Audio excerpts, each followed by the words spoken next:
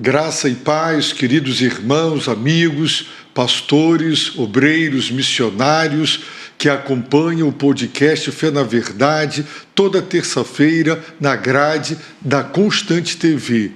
Tenho explicado a cada novo programa que a proposta deste podcast Fé na Verdade é dar continuidade à proposta original da Conferência Fé na Verdade, que acontece anualmente no Complexo de Adoração e Comunhão da Igreja Batista de Constantinópolis. A missão e o propósito desta conferência é cuidar dos que cuidam do rebanho de Deus, isto é, dos pastores. E os temas que estamos estudando neste podcast são temas relevantes para os pastores. Por isso eu convido você que não é pastor, em primeiro lugar, faça com que seu pastor saiba deste podcast, avise, converse com ele, divulgue e outros pastores. E, em segundo lugar, você terá uma dimensão dos desafios que os pastores enfrentam. Seria olhar do outro lado, da perspectiva do pastor e não da ovelha, do líder e não do liderado. Então, sendo ou não pastor, com certeza você crescerá e será abençoado com a sua participação. Você pode curtir, você pode compartilhar e também comentar, deixar a sua pergunta, a sua observação, e nós teremos prazer de responder na medida do possível. Nós teremos essa alegria de dar esse retorno para você. Nós estamos estudando neste momento e hoje nós iniciaremos o último capítulo do livro, o livro Ser Pastor. Este livro de Derek Pryme e Alistair Begg, com prefácio do Albert Mohler, ele trata do ofício de maior responsabilidade humana em toda a criação, ser pastor, entendendo nossa vocação e obra. É um livro que vale a pena ser lido, é um livro simples, objetivo, claro e muito edificante. Tem 14 capítulos e nós já estudamos 13. Hoje começaremos a finalizar o estudo do livro. E, se Deus quiser, o próximo livro que nós estudaremos, compartilharemos aqui no podcast Fé na Verdade, é um livro escrito por John MacArthur. É o livro Com Vergonha do Evangelho. Este livro, ele trata do tema Quando a Igreja se torna como o mundo. John MacArthur fez uma pesquisa sobre a vida de Charles Spurgeon e todo o drama que ele viveu, todo o conflito que ele viveu em sua época no meio batista, que o levou a deixar, inclusive, os batistas, e em virtude de perceber que a igreja estava tomando um caminho errado, entrando numa ladeira em declínio, e ele profeticamente avisou isso, denunciou isso, não foi compreendido, claro, infelizmente, mas ele cumpriu a sua parte. Sofreu muito, isso lhe custou muito caro, isso abalou muito a sua saúde, mas ele deixou para nós um legado. E John MacArthur, que é um grande escritor, é um pregador da palavra, reformado, fiel às escrituras sagradas, ele pontua com precisão os temas, baseando-se na literatura daquele momento, daquele conflito. Então não perca. O pastor Daniel, de Minas Gerais, e o pastor Leandro, lá do Rio de Janeiro, de uma cidade do interior do Rio de Janeiro, eles estarão conosco através da internet, eles estarão conosco gravando, estudando esse precioso livro que eu tenho certeza que irá abençoar muito a vida dos pastores. Eu vejo hoje pastores pintando a igreja de preto, cedendo algumas pressões, existem as modas, existem os modismos, na tentativa de ver a igreja crescer e aderir a algumas propostas que não levam a absolutamente nada. Eu vejo pastores correndo daqui para lá, de lá para cá, no intuito de ver a sua igreja crescer e não compreende que o crescimento da igreja depende da palavra de Deus, da pregação fiel da palavra de Deus, do caráter cristão, do testemunho, e nós vamos estudar esse precioso livro que será uma bênção. Conosco, hoje, mais uma vez, conosco o pastor João Saraiva, da Igreja Batista Dom Pedro. Pastor, muito obrigado. Não sei se conseguiremos esgotar hoje o último capítulo do livro, que é tão rico, né? Mas se conseguirmos, desde já, muito obrigado, agradeço a Deus, agradeço a sua igreja e ao irmão por estar conosco durante todos esses 14 encontros. Eu aprendi e cresci ouvindo as suas experiências pastorais. Seja bem-vindo a mais um podcast Fé na Verdade. Foi um prazer imenso. Tivemos oportunidade de fazer reflexões bem profundas à luz do que nós lemos neste livro, e a minha expectativa é de que nós continuemos a crescer juntos como Igreja Corpo de Cristo, através dessas parcerias, encorajando-nos a cumprir a missão que o Senhor nos confiou aqui na Terra. Muito obrigado, pastor. Então, nós hoje iniciaremos o 14º e último capítulo do livro, cujo tema é Perigos amenizados por privilégios. O que ele quis dizer com isso? Vamos ver então? Dificuldades únicas associadas ao ministério constantemente nos rodeiam. Elas precisam ser equilibradas pelos privilégios e compensações singulares do ministério. Mas, quando suas tribulações são agudas, é fácil perdê-los de vista. Então, existem dificuldades únicas no ministério, mas também existem privilégios, e é preciso haver aí um equilíbrio muito grande entre as duas coisas para que os privilégios não nos distanciem e não nos viciem, e as dificuldades não consigam nos abater e nos tirar do ministério, não é verdade, pastor? Então, eu creio que a palavra-chave é você ter a moderação. Porque os privilégios podem nos levar a enveredar por caminhos que são perigosos. Nós não podemos colocar a nossa confiança em pessoas e nem na gente. Nossa confiança tem que estar no Senhor. E é lógico que, como ele coloca, as dificuldades vão vir. Nós não podemos ter romantismo em nenhuma área, principalmente no ministério. Então, lutas vão vir.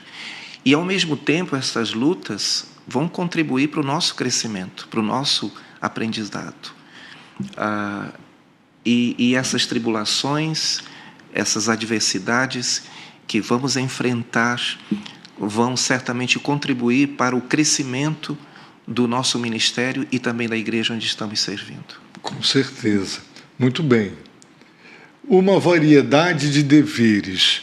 Os autores apresentam, esta palavra de Paulo. Paulo instruiu a Timóteo: cumpre cabalmente o teu ministério.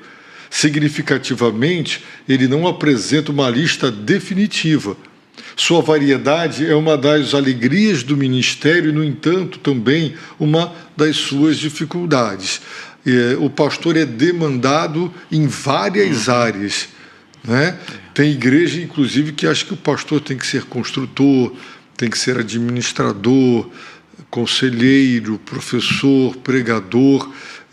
Eu tinha um amigo pastor que era advogado, as pessoas entendiam que ele tinha obrigação de pegar as causas jurídicas delas, porque ele era o pastor, um pastor psicólogo, né? As pessoas entendiam que podiam encaminhar para ele pessoas com problemas para tratamento, e ele tinha o dever, por ser psicólogo, e não encaminhavam por ele ser pastor, não é? Mas tinham essas demandas. Então, realmente, temos muitas frentes e ninguém tem todos os dons. Nenhum pastor tem todos os dons e ele não consegue atender. Por isso, uma equipe pastoral, ela é excelente, porque um pastor pode ter dons mais fortes na pregação, outros no aconselhamento. Grandes igrejas têm pastores que administram a igreja dentro de uma visão pastoral, não é? São mega igrejas que demandam administradores de tempo integral, mas com uma visão pastoral, não é? Então, nós temos aí uma variedade de deveres que nós sozinhos não daremos conta. Por isso, precisamos de diáconos e líderes para nos socorrer. Vamos em frente.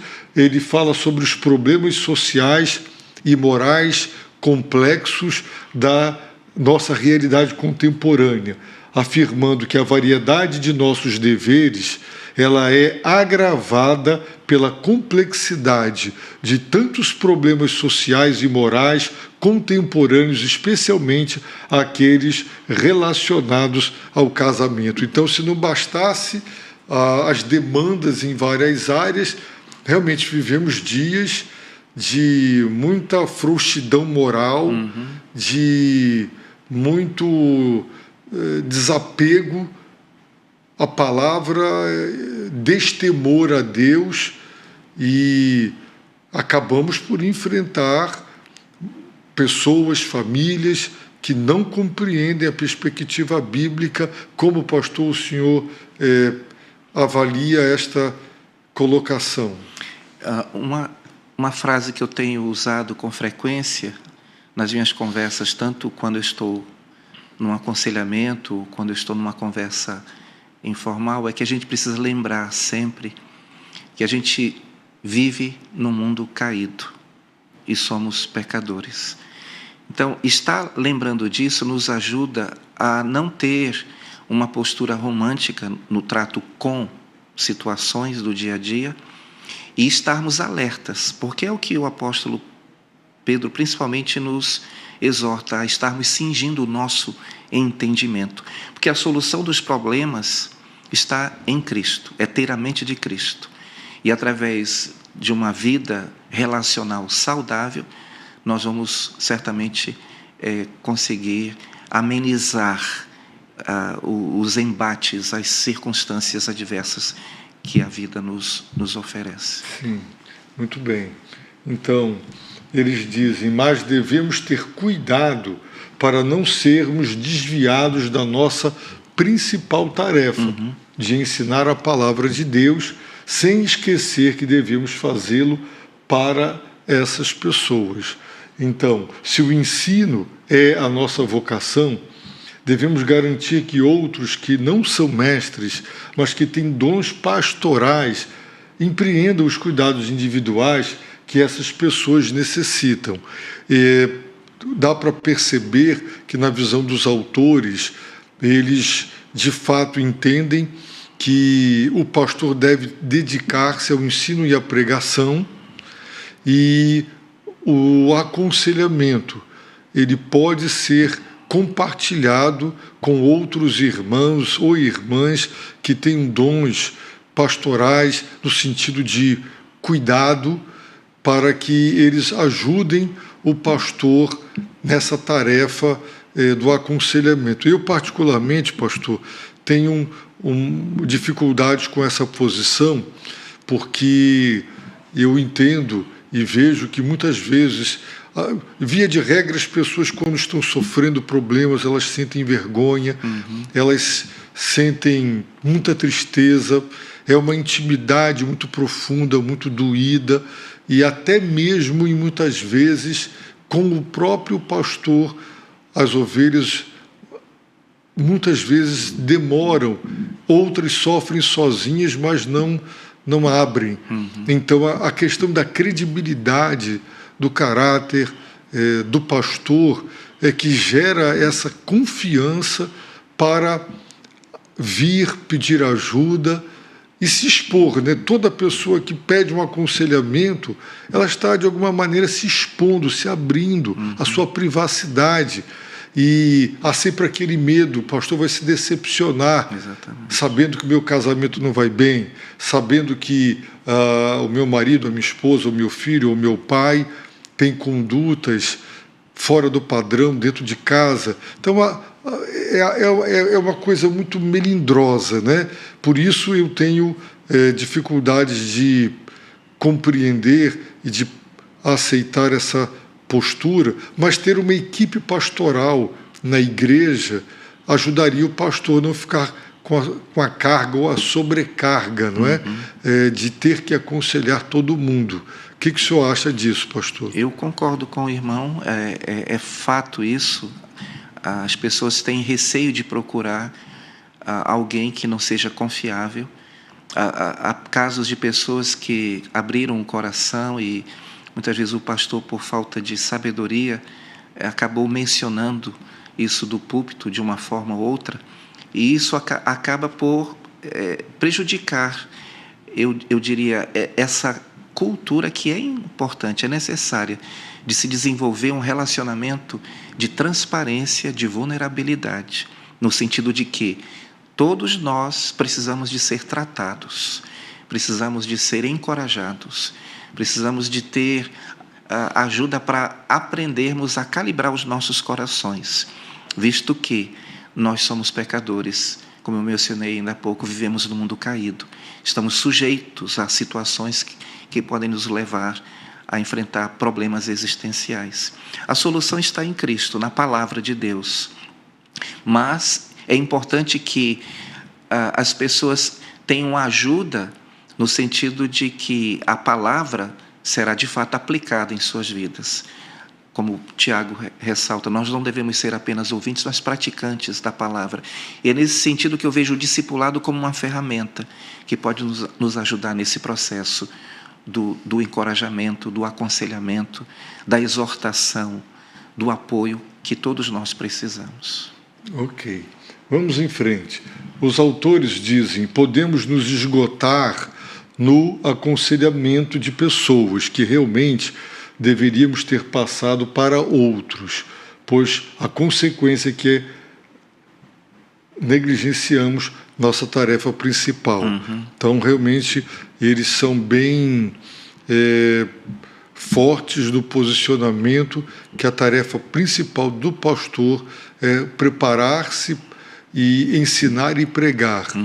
E o aconselhamento seria até como ele coloca aí, não é?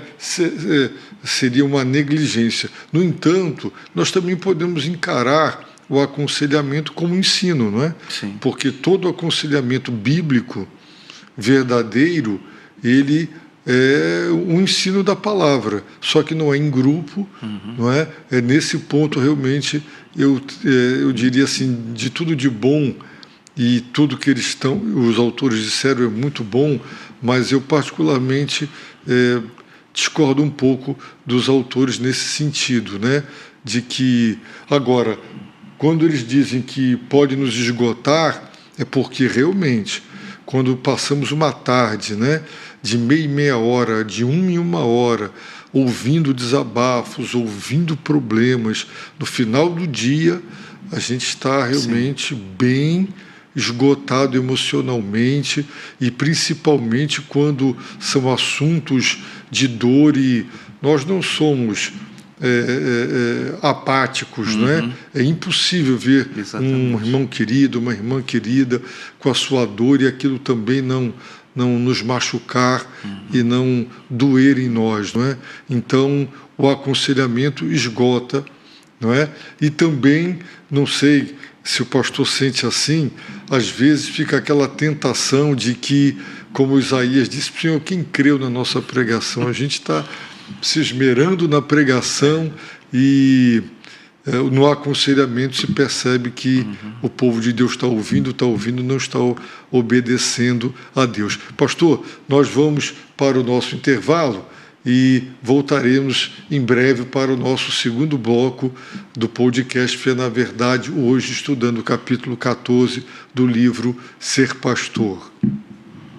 Estamos de volta para o segundo bloco do podcast Fé na Verdade, estudando o livro Ser Pastor. Hoje, um assunto muito interessante a respeito dos deveres pastorais, das responsabilidades, dos privilégios e dos perigos que podemos correr, tanto dos privilégios nos viciarem de modo errado, quanto as dificuldades nos abater e nos tirar do ministério. Então, pastor, vamos lá dando prosseguimento.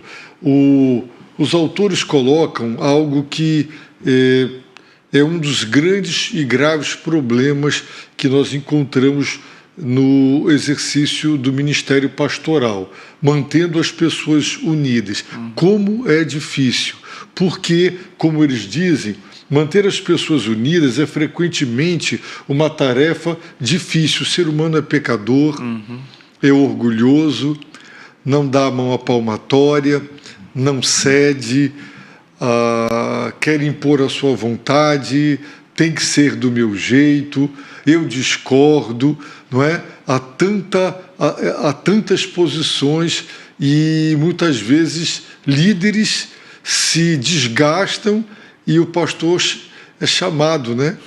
E ele entra nessa fria, né? De ter que ficar entre irmãos amados. Então, enquanto os cristãos estão unidos nos fundamentos do Evangelho, e é verdade, nas doutrinas, não é? Há muitos assuntos secundários sobre os quais as pessoas terão pontos de vistas opostos. Bateria no culto, cantar com palmas, ministério A, ministério B, é mais relevante, é menos relevante, precisava de mais investimento do orçamento da igreja, de menos investimento, e aquela família já está sendo,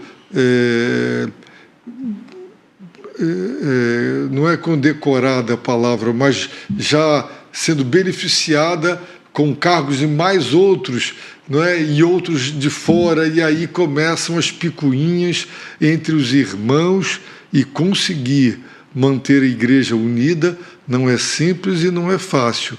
Na sua experiência tem sido assim, pastor? Sim, o que eu percebo, mesmo que haja todo um esclarecimento à luz da palavra sobre a importância de nós, lembrando as palavras de Paulo aos Efésios, preservarmos a unidade, mesmo assim é um desafio como eles colocam. Então, é algo que nós precisamos continuamente estar fazendo a manutenção nos nossos relacionamentos. Cristo deve ser o árbitro, como diz Paulo, em nossos corações. E eu tenho procurado desenvolver lá em nossa igreja como uma filosofia de ministério. Eu tenho dito, nós precisamos aprender a ficar no prejuízo. A primeira vez que eu falei isso foi um choque lá para os meus ouvintes, porque isso é inconcebível na perspectiva humana. Mas quando nós vivemos na presença do Senhor e descansamos no fato de que Ele está no controle de todas as coisas, ficar no prejuízo não é problema. Sim. Então, muitas vezes, nós vamos ter que viver situações de desgastes no relacionamento ministerial, mas o Senhor certamente estará nos honrando, vendo o fruto do crescimento daquelas pessoas que estão nos observando na forma como nós tratamos. E, no caso, é o exemplo de Cristo. Sim. Né? A demonstração que Ele deu, por exemplo, com os seus discípulos, quando Ele lavou os seus pés. Sim. Pastor, como é o equilíbrio na prática entre aceitar o prejuízo por amor ao Senhor para manter a união e a unidade, e também a orientação bíblica, não deixe o mal te vencer, vence o mal com o bem. Então, essa orientação do apóstolo Paulo, ela me pesa muito, porque tem horas, como no casamento e em todos os relacionamentos, tem hora que você cede, você recua, sim. você abre mão pelo bem maior da família e da união da igreja. Mas quando a situação envolve erro, né, quando aquele conflito tem o certo e o errado, o mal, de algum modo, ele está se manifestando e querendo prevalecer. Então, se cedermos para o mal de algum tipo, né? Por exemplo, um líder que não admite seu erro, ou um pastor. Há pastores, eu conheço, eu tive a oportunidade de conversar com um pastor que ele, por amor a Deus, por amor à igreja, ele amou tanto a igreja que ele se tornou tão extremamente zeloso, cuidadoso, que ele se apropriou, sem perceber, ele se apropriou, não é? Naquele seu zelo extremado, sem entendimento, líderes sinalizavam para ele a postura dele centralizadora, egoísta, e ele não conseguia ouvir. Houve uma reunião em que líderes, pastor, nós estamos aqui com amor, falando com o irmão, e ele ficou furioso com aquela reunião, e a liderança então decidiu afastá-lo temporariamente. E ele ficou realmente irado, revoltado, procurou a convenção para pedir alguma intervenção, alguma presença lá, mas, por fim, ele surtou. Ele teve que tomar remédio controlado, porque ele já não sabia mais viver sem a igreja, e a igreja estava lamentando aquele quadro de alguém que se tornou possessivo. É como um pai, uma mãe que ama tanto o filho a ponto de se tornar possessivo. Não é? E água demais mata a planta, né? Exatamente. Então, nessa resolução aí de conflitos, de picuinhas, e dentro dessa filosofia que o senhor apresentou, quando tem a questão do mal, não é? O irmão mantém essa posição de que sofrer o prejuízo é melhor? Então, aí entra a necessidade da confrontação. Eu tenho uma personalidade calma, é o que as pessoas geralmente leem, né, no primeiro momento, e, particularmente, eu não gosto de lidar com conflitos em relação à minha personalidade. No entanto, eu tive que aprender a fazer isso. Tive que lidar, ao longo do meu ministério, com situações bem delicadas. E, enquanto o irmão estava falando, veio na minha mente, como um filme, os episódios em que eu tive que confrontar. E eu até brinco dizendo que eu costumo praticar judô mental. Porque, devido a esse meu perfil, a minha personalidade, eu consigo, quando eu estou diante de uma pessoa que vem se opor a mim, eu dou atenção a ela, eu a ouço. Então, a minha estratégia é essa: eu ouvir a pessoa, deixo ela falar o que ela pensa, e depois eu coloco o meu ponto de vista, e geralmente eu tenho feito isso com a liderança da igreja. Eu fiz isso com a igreja uma vez. Um opositor à nossa forma de trabalhar com missões declarou que ele era contra a nossa maneira de trabalhar e colocou alguns pontos que eram incoerentes. E eu o deixei falar perante a igreja. E depois que ele terminou de falar, eu tomei a palavra. Então eu fui direto à Assembleia e disse: irmãos, nada do que o irmão falou procede. Quantos não concordam com o que ele falou? A igreja em peso ficou em pé. E aí eu fui na direção dele e disse: irmão, nós te perdoamos. Dei um abraço e um ósculo nele. E ele desmontou. Ele, infelizmente, na ocasião, não continuou na igreja, mas ele continuou me respeitando como irmão e como pastor. E posteriormente, anos depois, ele voltou. E tem sido uma bênção para mim poder ver nele alguém que precisava de ser confrontado naquele momento. Lógico que hoje ele não pensa mais da mesma forma. Então é uma linha muito tênue. Eu tenho procurado sempre confrontar essas pessoas, mas de uma maneira que elas percebam que eu estou atacando o problema e não a pessoa. E elas percebem, pela maneira como eu tenho agido, que a minha atitude não é contra a pessoa, mas contra o que ela está fazendo. As tolices, colocando entre aspas, que para um adulto se tornam estupidezes, né?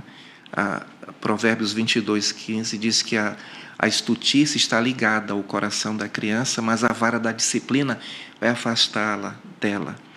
No caso de um adulto que não aprende a desenvolver a habilidade de lidar com suas emoções, infelizmente acontece isso. Nós não vamos usar literalmente a vara com um adulto, então ele precisa de ser confrontado biblicamente. Não é fácil, pastor. É um dos grandes desafios do pastorado, né? Muito bem. Até porque, quando dois irmãos se desentendem, mas quando é com um pastor, se ele levar para o lado pessoal, a mágoa é profunda. Exatamente. É profunda. Os autores dizem, há sempre questões controversas que, indevidamente tratadas, têm a capacidade de dividir a igreja, né? No passado, os irmãos mais idosos queriam só os hinos, os mais jovens só os cânticos, né? Mais novos, e ensinar que podemos, os adultos, compreender que a igreja também tem jovens, e os jovens compreenderem que a igreja tem também os mais idosos. É o amar uns aos outros, seria virtualmente a prática disso, né, que é tão bonito do falar, mas na hora em que esse amor exige de nós uma renúncia e uma tolerância, isso muitas vezes não está presente. Então, pastores sábios não encobrem os problemas, mas lidam com eles com honra e espiritualidade. É uma tentação fingir que nada está acontecendo, está tudo bem, e pastores que evitam o confronto, vão deixando que aquele problema ganhe volume, ganhe corpo, e depois realmente chega num ponto em que não tem muita volta. Às vezes já chega num limite máximo de um racha, de agressões verbais e mágoas profundas, porque deixou ir longe demais, né? Então, e o que eu percebo é que é uma tendência nossa evitar o problema, evitar de confrontar, mas é o que a gente precisa. Se eu dissesse agora aqui que eu aprecio, eu como pessoa aprecio os conflitos, eu não aprecio, eu não gosto, mas eu tenho que enfrentá-los. E eu lhe digo aqui que é a graça do Senhor na minha vida, porque não tem como a gente não lidar com conflitos, como eu disse ainda há pouco, num mundo caído e por sermos pecadores. Então eles vão estar o tempo todo vindo de encontro a nós, e nós temos que enfrentá-los, né? Muito bem.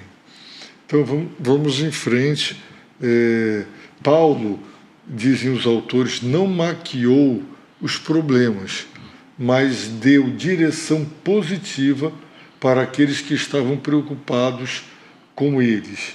Não é? É o que podemos ver ali em 1 Coríntios 7, 17 a 24. Devemos procurar fazer o mesmo com os tópicos que hoje perturbam o povo de Deus. Não é?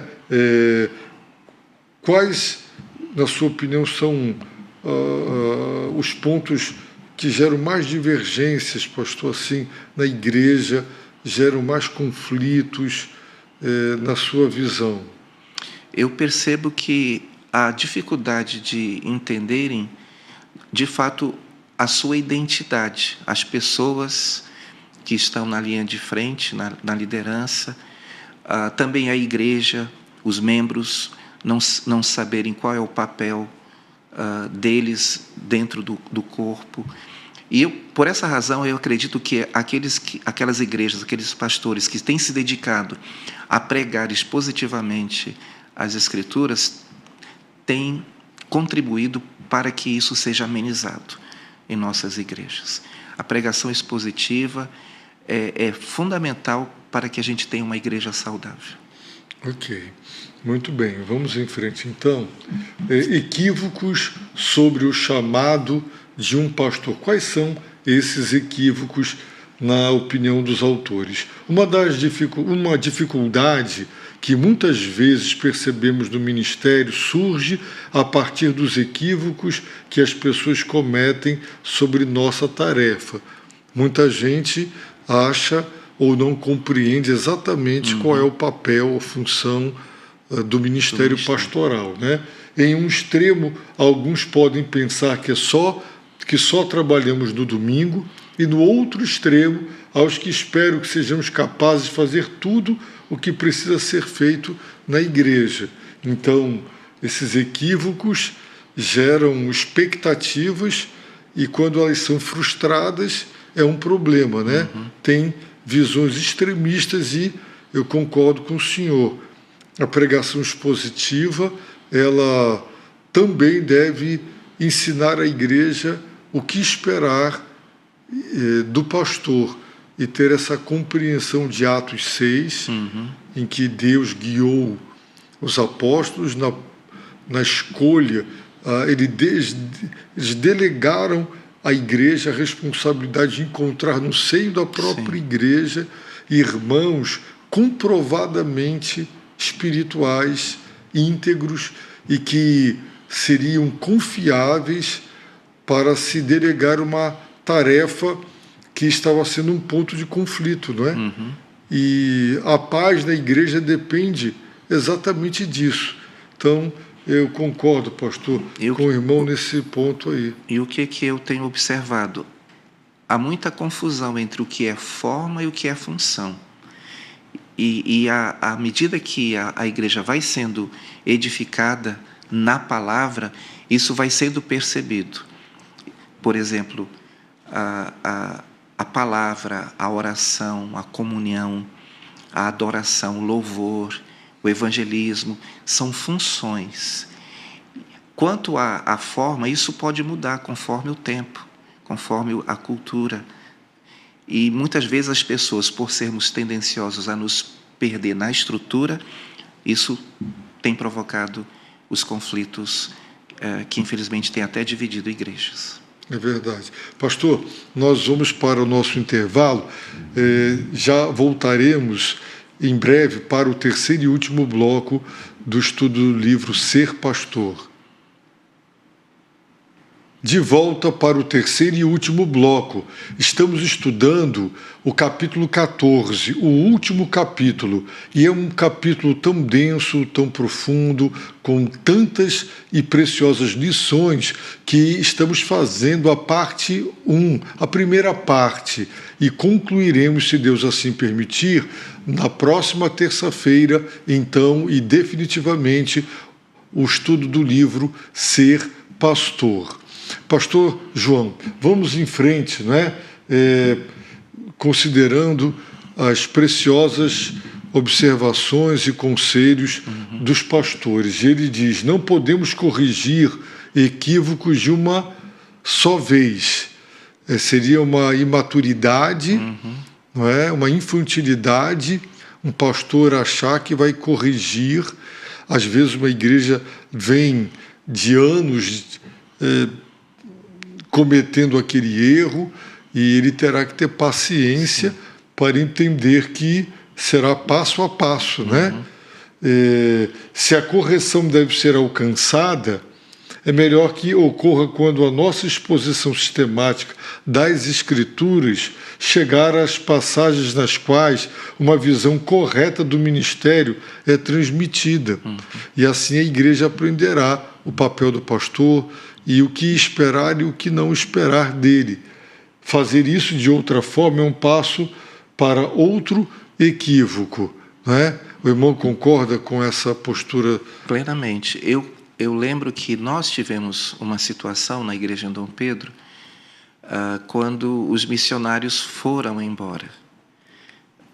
Até então a igreja não sustentava o pastor. Ela tinha pastores que eram missionários, então tinha o seu sustento das igrejas enviadoras.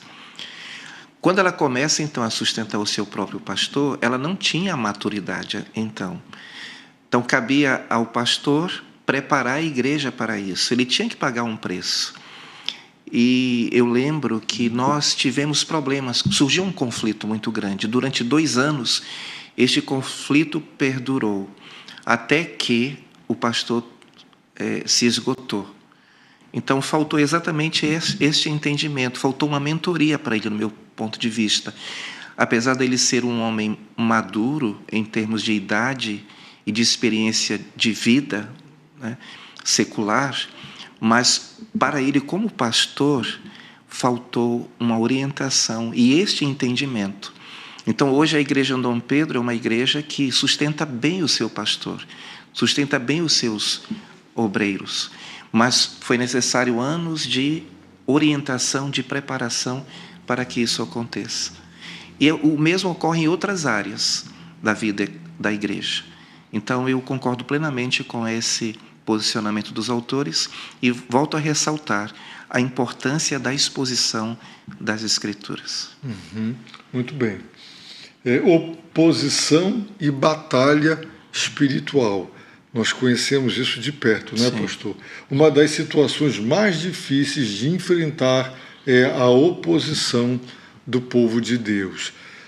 Era de se esperar oposição do mundo, não é? Mas a leitura das cartas, a leitura do Antigo Testamento, Moisés, experimentando oposição do próprio povo de Deus. Paulo passou 1 ano e 6 meses evangelizando. Eu gosto de dizer que se nós não soubéssemos que foi Paulo quem evangelizou Corinto, e quem plantou a igreja, e quem doutrinou a igreja, que dedicou 1 ano e 6 meses ali de tempo integral. Eu diria, essa igreja foi uma igreja que foi plantada com equívocos. Quem plantou essa igreja não soube doutriná-la, mas nada mais, nada menos do que o apóstolo Paulo. Foi o missionário evangelista e o pastor, orientador e plantador daquela igreja. E bastou ele sair, bastou ele dar prosseguimento na obra missionária e a igreja dividiu-se, desuniu-se, acatou, deu ouvidos, deu crédito a outros que chegaram depois, e Paulo sofreu. A segunda carta mostra o quanto aquela igreja o magoou e o fez chorar. Não é? Então, nós conhecemos isso de perto e os escritores bíblicos também, né? Então, não devemos ficar surpresos de que isso aconteça, né? A oposição do povo de Deus, uma vez que Satanás é o acusador dos irmãos. Todo o nosso esforço para alcançar o equilíbrio e para manter as pessoas unidas pode, por vezes, significar que poucas pessoas estão satisfeitas conosco, já que nos recusamos a tomar partido. Né? E esse é o grande desafio do pastor, né? Manter uma postura em que ele não toma partido e desenvolver a habilidade de fazer com que estes grupos que, infelizmente, surgem na igreja possam seguir o seu exemplo, que, na verdade, é um modelo de Cristo. Né? Nós precisamos cultivar relacionamentos que tragam edificação e que glorifiquem o nome do Senhor. Quando ele diz nos recusamos a tomar partido, é porque eu entendo assim, pastor, eu não estou... A minha posição em relação a esse problema não tem a ver com as pessoas que defendem esse ponto de vista. E é o que muita gente pensa, você está defendendo isso porque você está apoiando essas pessoas. Então, saber separar, né? Eu não tenho partido. Se você estivesse defendendo, eu estou defendendo o que é certo, eu estou defendendo o que procede biblicamente, independente de quem está defendendo ou de quem está acusando. E se a igreja percebe que o pastor ele tem preferidos e tem preferências e que ele acaba até dando razão para quem não tem, porque ele tem um vínculo de amizade, de afetividade, então isso compromete demais, não é? Um exemplo, a esposa do pastor está na igreja e houve ali algum conflito, ou o filho do pastor, e o pastor não tomou partido da esposa ou do filho. Ele, como servo de Deus, à luz da palavra e diante do problema, ele analisou e ele deu um direcionamento e vamos supor que a posição do filho do pastor está errada. Sim. E a igreja viu que o pastor ficou com o certo, independente de quem estava errado. Sim. E que ele não tinha partido. E que o partido dele é a verdade. Vamos colocar assim. Sim. Mas nós somos seres humanos, não é? E ninguém ficará neutro, porque eu entendo, pastor, que a igreja também não quer um pastor neutro, um pastor que não se posiciona. Então tem certo, tem errado, e o pastor fica, como diz na linguagem popular, em cima do muro, e ele consegue desagradar todo mundo, ele perde autoridade, ele perde credibilidade, como alguém que não quer se posicionar, não é? Às vezes, todo problema que chega para o pastor, ele encaminha para os ministérios e deixa que os ministérios tomem decisões. E eu aconselhei um pastor que era um pastor auxiliar, o pastor não quis tomar uma posição, não é? E um determinado líder estava prejudicando a igreja, porque o pastor disse, não, o líder é ele e ele resolve. Mas o líder estava tomando medidas que não eram boas para a igreja. E eles perceberam que o pastor não queria se desgastar. Então, isso não é partidarismo.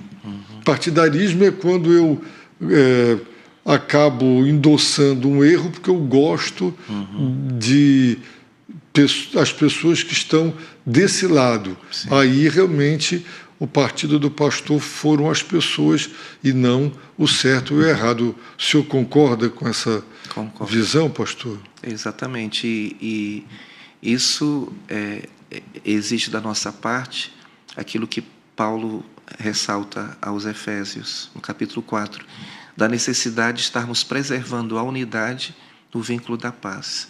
Então, a unidade ela já existe.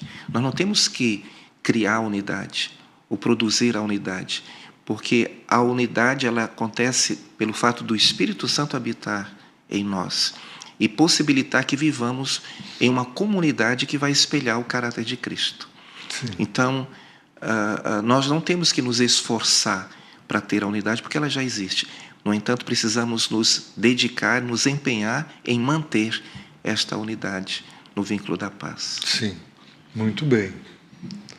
Podemos ser incompreendidos e caluniados, especialmente por aqueles que não apreciam a adesão que damos à vontade de Deus através da obediência às Escrituras, em vez de apresentar qualquer posição ou tradição rotulada. As pessoas podem se afastar de nós e nos abandonar quando mais precisamos delas. Isso já me aconteceu muitas vezes e foi bem dolorido, porque eram pessoas que eu tinha em alto preço, muito carinho, e quando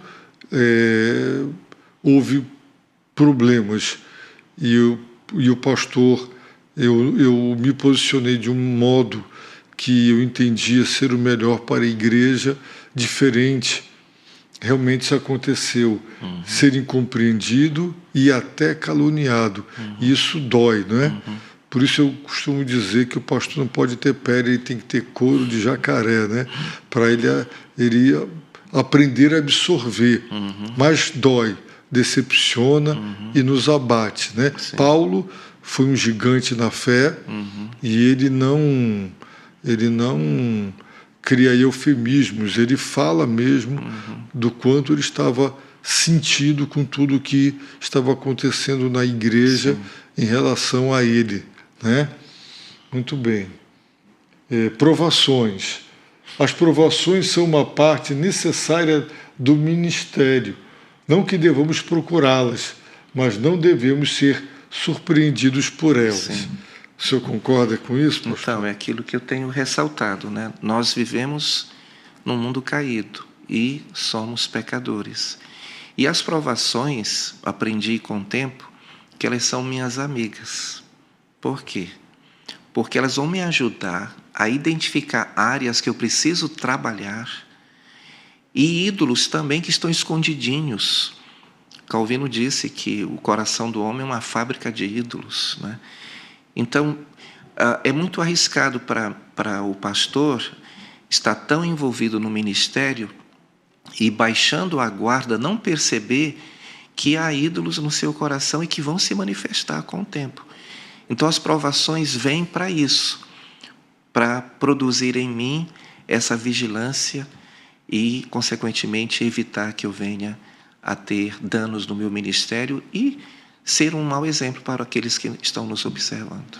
Então, o pastor, ele tem que entrar no ministério sabendo que isso vai acontecer. Exatamente.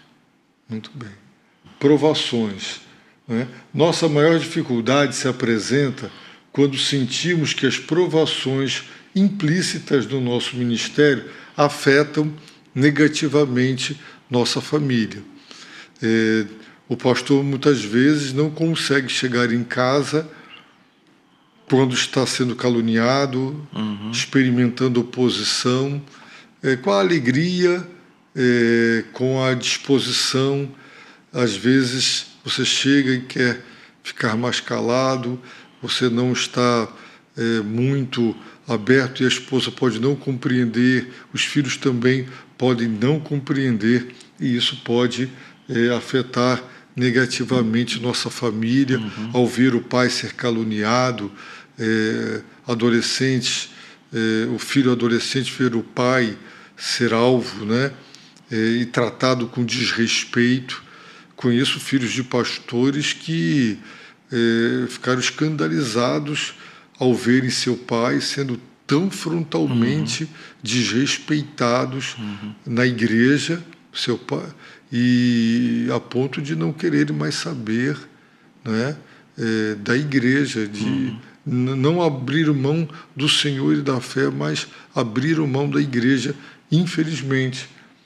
E ele diz que podemos aceitar o sofrimento de nosso trabalho, afetando a nós mesmos, mas ficamos insatisfeitos com o que incomoda aqueles a quem amamos. Até porque muitos, quando querem nos atingir, e se não estão conseguindo, sabem que o ponto fraco, né, enquanto atacam o pastor, com todas as tristezas e dores, o pastor ora, busca, mas aí quando fere a esposa do pastor, o filho do pastor, a filha, aí e muita gente sabe como fazer isso, não é? Infelizmente, e se torna mais difícil para o pastor. Como é que o pastor orientaria o pastor cuja família está sendo afetada pelos problemas da igreja? qual o conselho que o senhor daria, pastor? Eu creio que é muito importante o encorajamento. Nós precisamos de ser encorajados continuamente. Então, um pastor que esteja passando por uma situação assim precisa de um amigo, precisa de uma pessoa em quem ele pode confiar, abrir o coração e receber a direção do Senhor. Porque nesses momentos de tensão, a nossa tendência é agir pelo impulso do coração, agir pelas emoções. E é muito importante aprendermos a pensar de forma sistêmica, que é o pensamento que nos ajuda a olhar além do que está na ponta do iceberg, que são os eventos. Muitas coisas que acontecem na família, na igreja, na comunidade, são resultados de pensamentos que já foram consolidados mentalmente falando e que provocam reações nos relacionamentos. Então, aprender a pensar de forma sistêmica é muito importante e o aconselhamento bíblico, a mentoria ajuda bastante. Ok. Pastor, nós estamos chegando ao fim, o 14º capítulo, o último capítulo do livro, nós dedicaremos 2 podcasts, porque é um capítulo que trata desses temas que são tão caros ao pastor. É muito comum ser procurado. Eu já passei momentos dificílimos em igrejas de oposição, de calúnia, e sei o quanto isso machuca, o quanto isso fere, o quanto isso abate. Se você, pastor, estiver passando por isso, então ouça os conselhos da palavra, as considerações do livro, e se Deus assim permitir, nós finalizaremos definitivamente o livro Ser Pastor no nosso próximo podcast, quando finalizaremos o 14º capítulo deste livro. Aguardamos vocês e já fiquem preparados, porque começaremos um novo livro, o estudo de um novo livro, um livro muito bom, com vergonha do Evangelho, um livro escrito por John MacArthur, um livro em que ele se debruçou, John MacArthur, o grande escritor, sobre toda a literatura produzida por Charles Spurgeon, naquele momento histórico de grande conflito que resultou, não é, na saída de Charles Spurgeon do meio batista e que prejudicou profundamente a sua saúde e o desgastou e o levou à exaustão emocional, mas veremos que ele profeticamente previa o que estava para acontecer na Europa e aconteceu, não só lá, mas hoje está acontecendo. É um livro extremamente relevante e atual. Então, se Deus quiser, estaremos de volta no próximo podcast para finalizar o livro Ser Pastor. Que Deus te abençoe rica e abundantemente.